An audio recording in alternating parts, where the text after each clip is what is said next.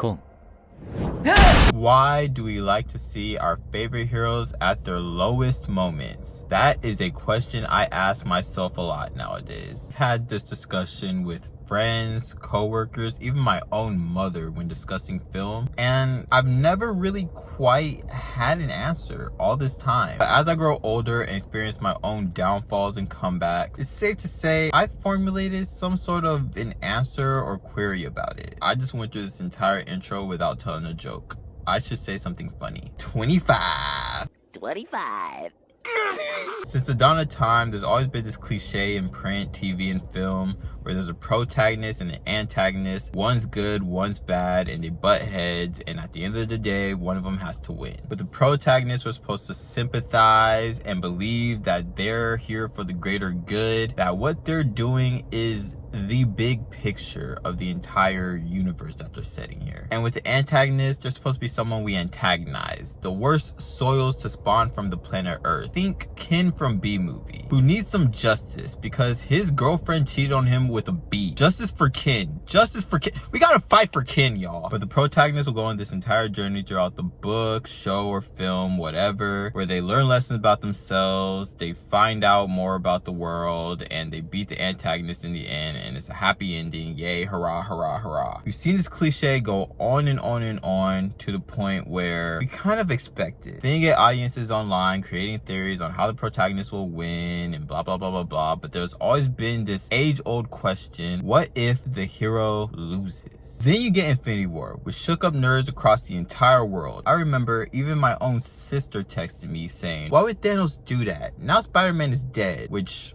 I mean, 6 years later now, we know that's not true. But it was even baffling for me, who was barely starting to analyze film at that time, knew this entire formula of the hero always wins, and now I'm walking out like, what now? Because we know Endgame is coming, so what now? Like, the heroes aren't as strong as we thought that they were. At the end of the day, they're just people like us, which made the films feel a bit more relatable in that moment. Like I said in my superhero fatigue video, the struggles that I feel some of these films are having is that they keep trying to create this grand blockbuster event without focusing on the lives and struggles of these heroes, making it hard to make a connection with the characters that you're following. I didn't say it like that exactly. I had some choice words at the moment, but the message is still clear. Before I go any further, I want to have a disclaimer in the video saying when I mention heroes, I'm not talking about exclusively superheroes. I'm talking about any protagonist that you may see as the hero of the film. Well, film, book, TV show, whatever respective media that this protagonist may be in. I feel like films, books, even TV shows have been taking a bit more risk lately at making these heroes a bit more relatable, showing their struggles a bit more, not playing the safe route where they have to fight big bad guy, create big explosions and pretty lights. No. They've been getting a little deep. Some would say too deep. Think about Guardians of the Galaxy Volume 3, where we see animals in cages getting experimented on, damn near torture, and we get the first fuck word of the MCU. Open the fucking door! They've been doing better at giving us real world struggles with these characters, making them feel more grounded and relatable to the audience, which is why I want to bring up this other example.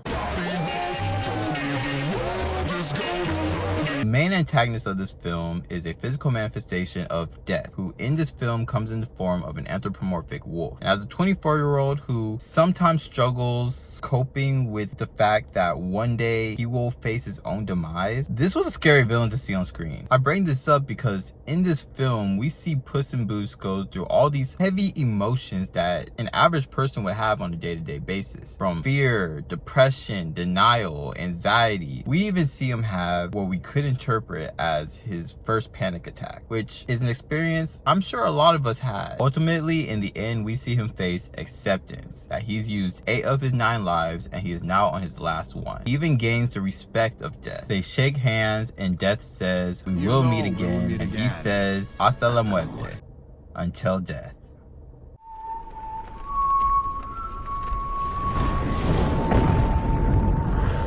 It's crazy that this was still able to be a kids movie, but this is why I squeezed this little segment in, because it proves my point. We love to see our favorite characters go through hell like Puss did, because they get to experience real human emotions that us as the audiences feel every single day of our lives. And in this case, showing kids that they will feel these heavy emotions, but it's okay to feel these emotions. And then showing the adults that one day we're all gonna go, but we gotta accept that, and we gotta live every day of our lives as if it's our last, and we got to cherish this one life we have with the people that we love, because if we don't, we're going to regret it. And sure, these are messages that they could have conveyed in a softer tone, but if they had done that, they wouldn't have hit as hard by the end of this film. It's important for us to see our characters get dragged through the mud, because it shows us that these characters are just as vulnerable as you and I. They laugh, they cry, they put their pants on one leg after the other, just like us. It allows us to feel empathy for these characters, because they get put into situations that you or me or anyone else can go through at any point of any day of our lives. I wanted to go more in depth. This was going to be a Chainsaw Man video, but I'll just save that for next week, and I think I proved my point with the one example. I hope I did. Follow my socials in the description below, subscribe, and I'll see y'all next week. Doses.